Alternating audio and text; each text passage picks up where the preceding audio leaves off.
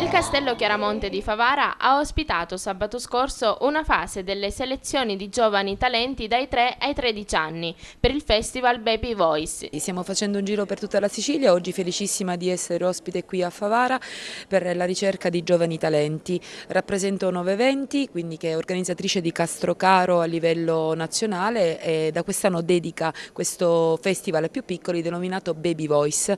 Quindi tra 200 semifinalisti ne sceglieremo 40, questi 40 avranno la possibilità di arrivare a delle reti RAI, come per esempio partecipare anche come ospiti a Castrocaro o altre manifestazioni sempre organizzate da 9 eventi.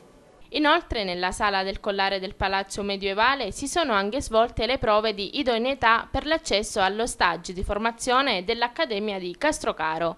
Stiamo facendo le prove di idoneità per poi permettere ai ragazzi di andare a fare la settimana all'Accademia a Castrocaro, esperienza comunque che a loro serve come formazione musicale, come esperienza di ragazzi, come confronto e soprattutto perché poi si troveranno a contatto con la realtà musicale italiana, discografica, avranno la possibilità di parlare con dei cantanti, dei cantautori, degli avvocati che gli spiegheranno anche le procedure di quella che è la parte burocratica della discografia. Tra gli aspiranti cantanti che hanno partecipato alle selezioni anche gli allievi della locale scuola di canto Sirius diretta da Rita Costa.